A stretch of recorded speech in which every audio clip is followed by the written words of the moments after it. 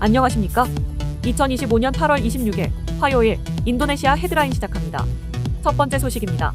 지난 21일 김민석 국무총리는 정부 서울청사에서 방한한 수기오노 인도네시아 외교장관을 접견하고 양국 협력 확대 방안을 논의했습니다. 김 총리는 방산, 에너지, 인적교류 등 다양한 분야에서 긴밀히 협력해온 양국 관계가 더욱 발전하기를 기대한다고 밝혔습니다. 이어 프라보어 대통령이 보낸 취임 축전에 감사의 뜻을 전하고 올해 경주에서 열리는 에이펙 정상회의 계기로 대통령의 방한을 요청했습니다. 수기오노 장관은 한국을 인도네시아의 중요한 협력 파트너로 강조하며 전략적 소통을 강화해 양국 관계를 최상의 수준으로 발전시키겠다고 밝혔습니다. 또한 프라보어 대통령이 직접 한국 기업의 활동 지원을 지시했다며 우리 기업들의 원활한 활동을 위해 적극 지원하겠다는 의지를 재확인했습니다. 같은 날 조현 외교부 장관도 수기오노 장관과 취임 후 첫한 인도네시아 외교장관 회담을 가졌습니다. 양측은 디지털, 에너지, 기후변화 대응, 방산, 식량안보 등 다양한 분야에서 협력을 심화하기로 합의했습니다. 조 장관은 인도네시아가 특별 전략적 동반자 국가임을 강조하며 신정부 출범을 계기로 협력을 확대해 나가길 희망했습니다. 양 장관은 한 인도네시아 포괄적 경제 동반자 협정을 적극 활용해 교역과 투자를 확대하기로 뜻을 모았습니다.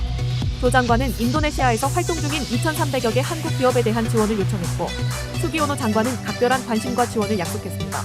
또한 양측은 올해 인도네시아에서 열릴 외교장관 공동위원회 회의의 성공적 개최를 위해 협력하기로 했습니다. 다음 소식입니다. 인도네시아 중앙은행이 경기 부양을 위해 기준금리를 전격 인하했습니다. 페리 와르지오 중앙은행 총재는 정례 통화정책회의 직후 열린 기자회견에서 기준금리를 0.25%포인트 내린 5%로 결정했다고 밝혔습니다. 이는 올해 2달 연속 인하이자 지난해 9월 이후 5번째 인하입니다. 페리 총재는 물가와 환율 안정 속에서 성장 동력을 높이려는 조치라고 설명했습니다. 중앙은행은 올해 경제성장률 전망치를 4.6에서 5.4%로 낮췄지만 2분기 성장률이 5.12%를 기록하며 당초 예상보다 높게 나타나 연간 성장률이 전망 상단에 근접할 것이라고 밝혔습니다.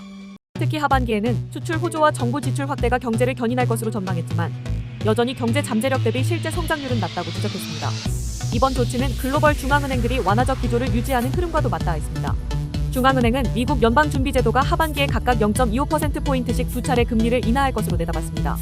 다만 페리 총재는 은행 대출금리 인하 효과가 시장에 더디게 반영되고 있다며 금융권의 금리 인하 노력이 경기 활성화로 이어져야 한다고 강조했습니다.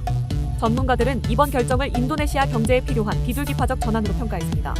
퍼르마타은행의 수석 이코노미스트는 안정된 물가와 환율을 배경으로 올해 안에 추가 금리 인하 가능성이 있다고 분석했습니다. 그러나 미 연준이 예상보다 보수적으로 움직이거나 글로벌 무역 갈등이 재점화될 경우 신흥국으로의 자본 유입이 제한돼 루피아 강세가 꺾일 수 있다는 점이 위험 요인으로 지적됐습니다. 다음 소식입니다. 중국 전기차 브랜드들이 올해 인도네시아 시장에서 가파른 성장세를 보이고 있습니다. 인도네시아 자동차제 조협회에 따르면 1에서 7월 비아디가 16,427대를 판매하며 시장 1위를 기록했고 인기 모델들이 판매 호조를 견인했습니다. 비아디는 최근 모터쇼에서 도시명 신차 아트1을 선보이며 관심을 끌었습니다. 프리미엄 브랜드 텅스가 6,256대로 2위를 차지했고 우링, 752, 아이온이 뒤를 이었습니다. 같은 기간 인도네시아 전기차 판매량은 42,178대로 지난해 연간 판매량에 근접하며 빠른 성장세를 이어가고 있습니다. 특히 광저우 자동차 그룹의 전기차 브랜드 아이온은 가이킨도 인도네시아 국제 오토쇼에서만 3,046대를 판매하는 성과를 올렸습니다. 소형 해치백 모델 아이온 UT가 2,034대 계약되며 가장 큰 인기를 끌었고 행사 기간 중 2,543명의 시승을 기록해 가장 인기 있는 시승 전기차로 선정됐습니다. 아이온은 프리미엄 모델 중심의 계약이 많았으며 SUV 아이온5도 619대 계약됐습니다. 이번 행사에서 아이온 부스에는 25,000명 이상이 방문하며 높은 관심을 확인했습니다. 전문가들은 중국 전기차 업체들이 공격적인 신차 출시와 합리적인 가격 전략을 통해 인도네시아 전기차 시장에서 입지를 빠르게 넓혀가고 있다고 평가했습니다. 다음 소식입니다. 중국 배터리 제조업체 CATL이 인도네시아에서 59억 달러 규모의 6개 프로젝트에 투자합니다. 서부 자바주 카라완 공장은 2026년 말까지 연간 6.9기가와트시 생산 능력을 확보해 약 10만 대 전기차의 전력을 공급할 수 있으며 추후 15기가와트시로 확대할 계획입니다. 북말루코에서는 국영 기업과 협력해 니켈 광산 및 재련 시설을 건설하고 2028년부터 전기차용 니켈 가공품과 양극재 공장을 가동할 예정입니다. 이번 프로젝트는 2022년 처음 발표됐으나 착공이 지연되다 올해 본격적으로 시작됐습니다. 반면 서방 기업들의 철수도 이어지고 있습니다. LG에너지솔루션은 77억 달러 규모의 인도네시아 투자 계획을 철회했으며 유럽 BASF와 프랑스 에라메 역시 북말루코 재련소 건설을 취소했습니다. 전문가들은 전기차 수요 둔화가 이런 철회의 배경이라고 분석했습니다. 참고로 인도네시아는 전 세계 니켈 생산량의 60%를 차지하며 원스톱 공급망 전략을 추진해왔습니다. 그러나 배터리 기술 변화로 타격을 입고 있습니다. 국제에너지기구에 따르면 니켈 망간 코발트 배터리 차량 비중은 지난해 50%로 줄어든 반면 인산철 리튬 배터리 비중은 50%까지 증가했습니다. 동남아시아 전기차 시장을 주도하는 중국 업체들이 리튬 배터리를 널리 채택한 영향입니다. 이로 인해 현대차와 LG에너지솔루션이 운영하는 인도네시아 공장은 생산한 NMC 배터리의 대부분을 해외로 수출하고 있으며 인도네시아 내 전기차 시장 점유율은 급락했습니다. 한편 미국 연구기관들은 중국 기업이 인도네시아 니켈 재련 능력의 75%를 장악했다고 지적하며 중국 의존도가 과도해질 경우 인도네시아의 산업 통제력이 약화될 수 있다고 경고했습니다.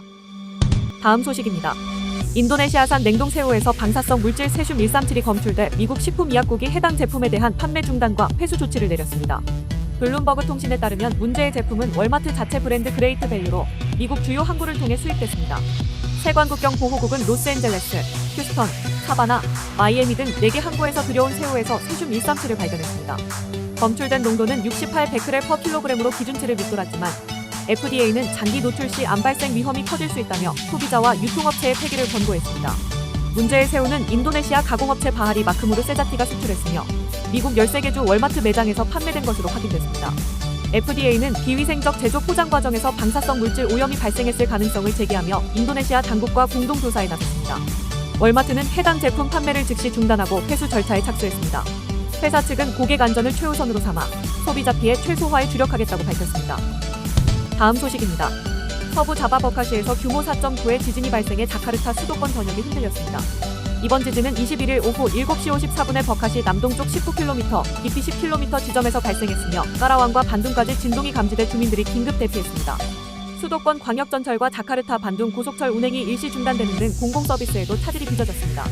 까라왕 재난방지국에 따르면 37채의 주택과 4곳의 공공시설이 파손됐으며 주민 101명이 피해를 입은 것으로 집계됐습니다. 다행히 인명피해는 보고되지 않았습니다. 버카시에서는 소규모 기도실 한 곳이 경미한 손상을 입었고 자카르타 내 건물과 공공시설에는 피해가 없었습니다. 인도네시아 기상기후지질청은 이번 지진이 서부 자바 지역의 활발한 지각 운동의 일환이라고 설명했습니다. 실제로 같은 날 서부 반둥과 푸르와카르타 등지에서 소규모 여진이 잇따라 관측됐습니다. 전문가들은 이번 지진이 서부 자바 역단층대 활동과 관련된 것으로 보고 시민들에게 지속적인 경계와 대비를 당부했습니다. 재난 전문가들은 이번 피해가 크지 않았더라도 자카르타와 서부 자바가 많은 활성 단층 위에 놓여있는 만큼 정부와 지방 당국이 철저한 대비책을 마련해야 한다고 지적했습니다. 특히 고층 건물의 내진 설계 강화, 비상 시스템 설치, 주민 대상 대피 교육과 공공공간 확보가 필요하다고 강조했습니다. 지진은 일상적 위험이 될 수밖에 없는 만큼 정부는 조기경보체계 강화와 함께 체계적인 재난 대비를 강화해야 한다는 조언도 나왔습니다. 시청해주셔서 감사합니다. 다음 시간에 뵙겠습니다.